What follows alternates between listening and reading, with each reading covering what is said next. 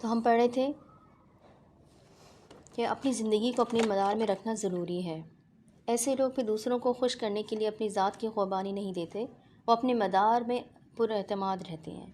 جس نے ہمارے مدار سے اپنے مدار کا کچھ حصہ ٹکرانا ہے، خوش آمدید، نہیں رکھنا نہ تو جاؤ بھائی اپنے راستے پہ۔ یہ ہوتی ہے ہائی ویلیو لوگوں کی زندگی کی طرف اپروچ۔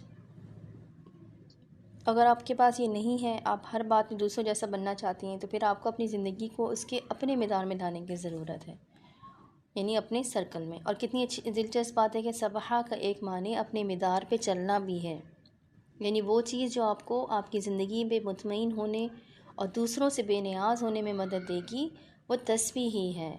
صباحہ کا ایک اور دوسرے معنی ہے خود کو حوالے کر دینا، اور یہ سپردگی رب کی ذات کے سامنے ہے۔ اپنے رب کی اتنی تعریف بیان کرنا، اس کو ہر شے سے اوپر رکھنا، اس کو اپنا مالک، خالق اور مدبر تصور کرتے ہوئے خود کو بس اس کے حوالے کر دینا، اپنے ہر کام اور ہر مسئلے کو اس کے حوالے کر دینا، یعنی اپنے ہر کام میں یہ دیکھنا کہ وہ اس رب کی کیا چاہت ہے، اس کو اس کے مطابق کرنا، یعنی شریعت کو دیکھتے ہوئے۔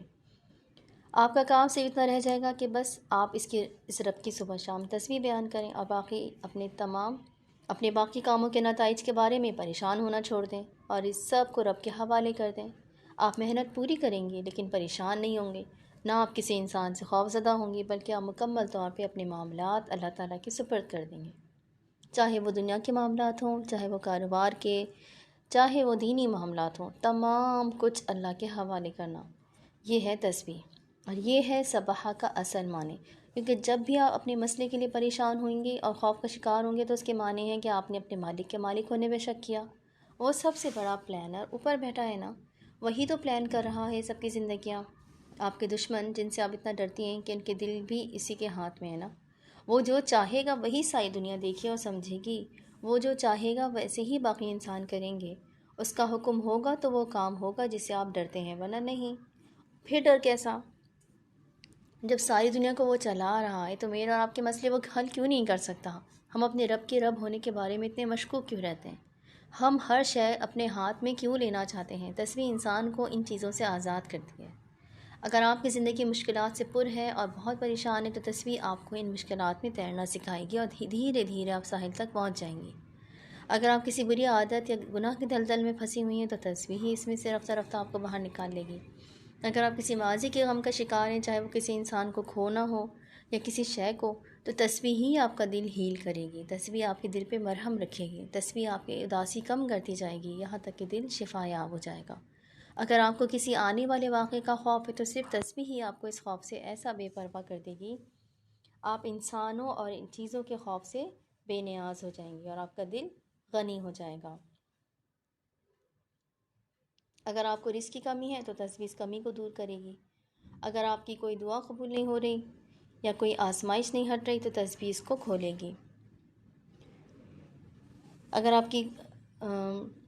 آپ بار بار دوسرے انسانوں کے قدموں میں خود کو رول دیتی ہیں اور اتنی ہمت نہیں پاتی کہ خود کو سمیٹ کے سنبھال لیں، تو تسبیح آپ کو وہ ہمت دے گی، کیونکہ تسبیح ہے اللہ کا ذکر، اور جو لوگ صبح شام اٹھتے بیٹھتے اللہ کا ذکر کرتے ہیں، تو ان کو اللہ تعالیٰ ہر وقت یاد رکھتا ہے۔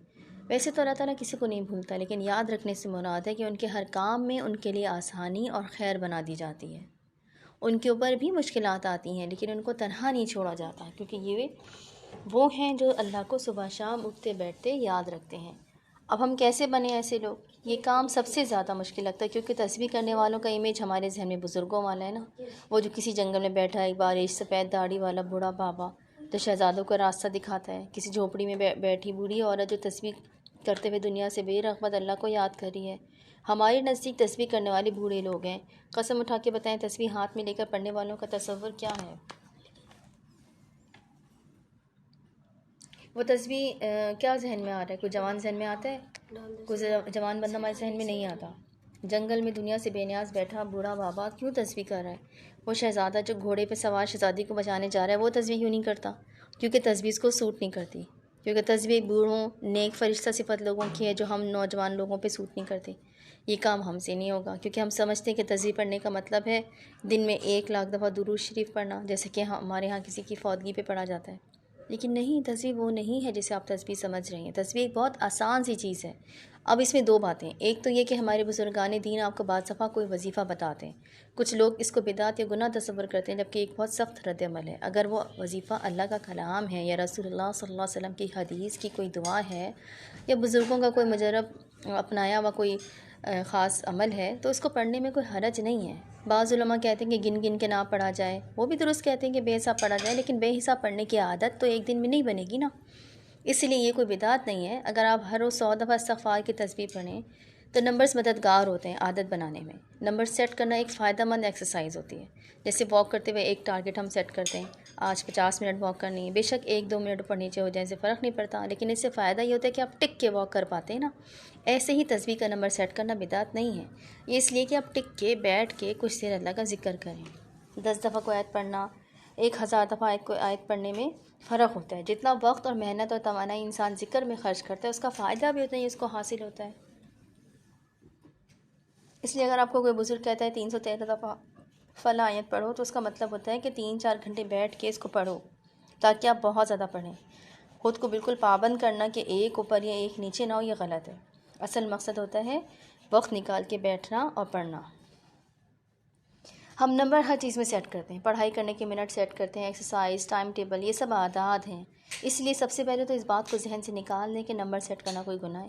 بعض علماء بہت ایکسٹریم پہ چلے آتے ہیں، یہ بھی حرام وہ بھی حرام۔ بھئی اگر کوئی تسبیح کرے تو اس کو کرنے دو، وہ اپنی عادت بنا رہا ہے۔ نمبر سیٹ کرنے سے آپ پابند ہو جاتے ہیں، کم از کم اس نمبر جتنا پڑھنے کے لیے۔ دوسری بات یہ ہے کہ تسبیح پڑھنے کے لیے دانوں والی تسبیح یا ڈیجیٹل تسبیح استعمال کرنا بھی کوئی بدعت نہیں ہے، نہ کوئی گناہ ہے۔ ان چیزوں میں اتنا سخت ہونے کی ضرورت نہیں ہوتی، یہ آپ کی آسانی کے لیے، جیسے موبائل یا کوئی گیجٹ، ہر چیز تو بدعت نہیں بن جاتی۔ دین کو جتنا پیچیدہ بنائیں گے اتنا پیچیدہ بنے گا۔ بعض لوگ کہتے ہیں تسبیح پہ نہ پڑھیں، انگلیوں پہ پڑھیں، انگلیوں پہ گننا اچھی بات ہے، انگلیاں گواہی دیں گی، لیکن تسبیح کے دانے بھی تو انگلیوں سے گراتے ہیں یا بٹن کی انگلی سے دباتے ہیں تو گواہی تب بھی انگلیاں ہی دیں گی نا، اس لیے ایک بیکار آرگیومنٹ ہے۔ آپ تسبیح اس سے پڑھیں جس سے آپ کو درمیان میں بھول نہ جائے، اور سب سے بہترین تسبیح میرے نزدیک تو بٹن والی تسبیح جس کو انگلی پہ باندھ دیتے ہیں۔ دانوں والی تسبیح ابھی ادھر رکھ کے بھول جاتے ہیں۔ بٹن والی ڈیجیٹل تسبیح بہترین ایجاد ہے، یہ بھولنے نہیں دیتی کہ آپ ذکر کریں، تو پھر یہ ساتھ ساتھ سیف بھی ہوتی رہتی ہے۔ آپ کی پہلی اسائنمنٹ ہے کہ آپ نے دراز سے ایک تسبیح آرڈر کرنی ہے، یا آپ ایسے ہی جا کے پرچیز کر لیں بٹن والی، ٹھیک ہے۔ میں آپ کو مجبور کروں گی کہ آپ بٹن والی استعمال کریں کیونکہ یہ بہت بہت فائدہ مند ہوتی ہے۔ اب مشکل جو ہے نا 100-150 روپے کی آ جاتی ہے، ایک ساتھ 2-3 آرڈر کر لیں کیونکہ گم ہو جاتی ہیں یا کبھی ان کا سیل ختم ہو جاتا ہے۔ یہ ضرور دیکھیں کہ LED لائٹ والی تسبیح ہو کیونکہ اندھیرے میں بھی یہ مددگار ہوتی ہے۔ جب تک تسبیح نہیں آتی آپ یہ اسائنمنٹ آپ دانوں والی تسبیح پہ بھی کر سکتی ہیں۔ دوسری بات یہ کہ آپ جب تسبیح کرنا شروع کریں گے تو ارد گرد کے لوگ کہیں گے ہائے اتنا کلام ایک ساتھ نہیں پڑھتے، اجازت چاہیے اس کے لیے، یا یہ کلام بھاری ہے وغیرہ وغیرہ۔ یہ باتیں مکمل درست اور مکمل غلط نہیں ہوتی، اس لیے آپ نے ایک ساتھ بہت طویل کلام نہیں شروع کرنا، کیونکہ جس طرح آپ خود کو مشقت میں زیادہ ڈالیں گی تو آپ پھر اس کو چھوڑ بیٹھیں گی۔ آپ بس اتنی تسبیح کریں جتنا اس کورس میں بتایا جا رہا ہے آپ کو، اس سے زیادہ تب کریں گے جب کر سکیں۔ اگر مشکل لگ رہا ہے تو نہ کریں، بس اسائنمنٹ والی تسبیح کریں۔ ہر ہفتے آپ کو اسائنمنٹ ملے گی تسبیح کی۔ آپ سوچتے ہوں گے شاید کوئی 1 کروڑ دفعہ کوئی کلام پڑھنا ہے، ایسا نہیں ہے۔ آپ کی اسائنمنٹ دن کے صرف 5 منٹ لے گی۔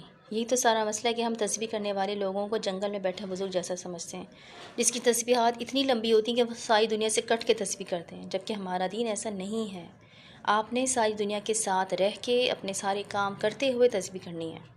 تسبیحات اپنے ڈیز میں بھی آپ کی جا سکتی ہیں، جس مینسس کے ڈیز میں، اس میں کوئی مسئلہ نہیں ہے۔ صرف حالت جنابت میں بہتر ہے کہ نہیں کریں، غسل کر کے کریں۔ باقی پیریڈس میں آپ رات دن تسبیحات زبانی پڑھ سکتی ہیں، کوئی مسئلہ نہیں۔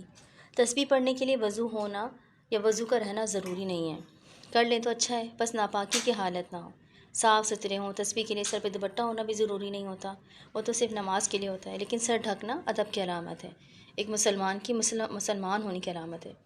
سر ڈھک کے کریں تو زیادہ اچھا ہے۔ تسبیح اٹھتے بیٹھتے چلتے پھرتے کسی وقت بھی کی جا سکتی ہے۔ میں کوکنگ کرتے وقت یا واک کرتے وقت یا کوئی جسمانی مشقت کرتے وقت کرتی ہوں، جیسے واک کرتے وقت الگ سے ٹائم نکال کے بیٹھنا مجھے مشکل لگ رہا ہوتا ہے۔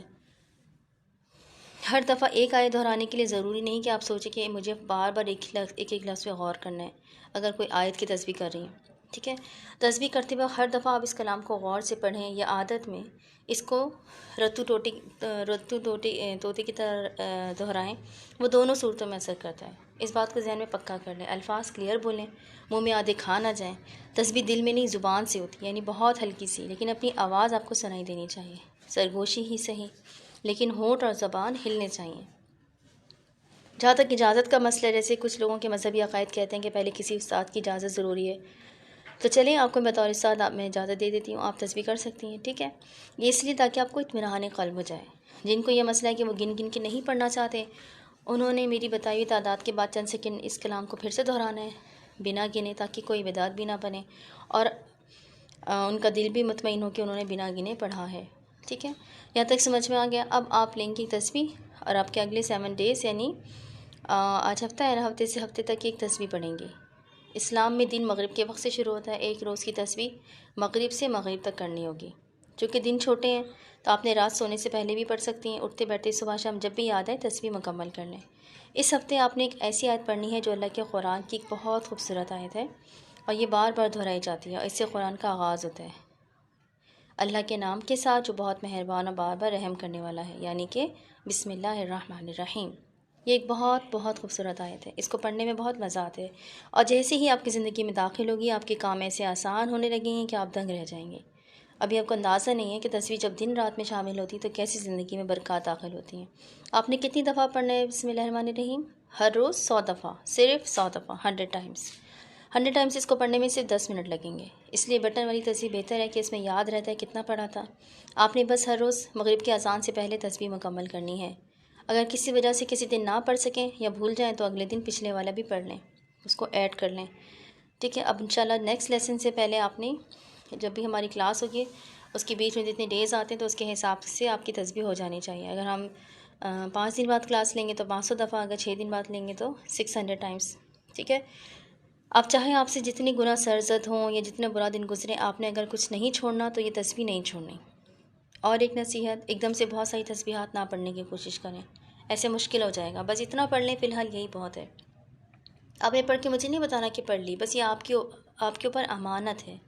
نیکسٹ لیسن شروع ہونے سے پہلے آپ کو مکمل ہونا چاہیے، ایمانداری سے اس اسائنمنٹ کو خود کرنا ہے، ٹھیک ہے؟ انشاءاللہ پہ ملتے ہیں اگلے سبق کے ساتھ۔